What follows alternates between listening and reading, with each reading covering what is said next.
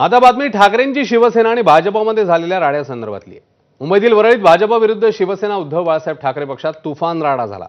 वरळीतल्या Saint रेजिस हॉटेलमध्ये दोन्ही पक्षांचे कार्यकर्ते आमने-सामने आले। कामगार युनियनवरून दोन्ही पक्षातले कार्यकर्ते भिडले।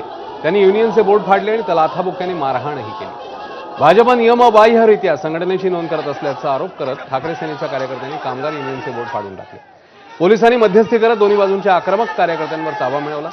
दरम्यान काहीच दिवसांपूर्वी वांद्रे येथील ताजलँड हॉटेलमध्ये भाजप आणि ठाकरे पक्षांचे कार्यकर्ते असेच एकमेकांविरोधात भिडले होते।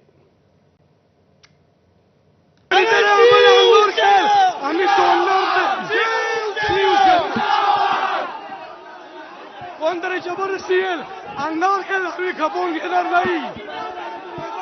मेजॉरिटी आमच्याकडे भारतीय जनता पार्टीकडे मेजॉरिटी आहे। यांची जमीन खसकली आहे, यांच्याकडे मेजॉरिटी नाही। 10 वर्ष फक्त लुटलंय, यांचं लुटणं बंद करायचं म्हणून यांचं पोट दुखतंय, बाकी काही नाही।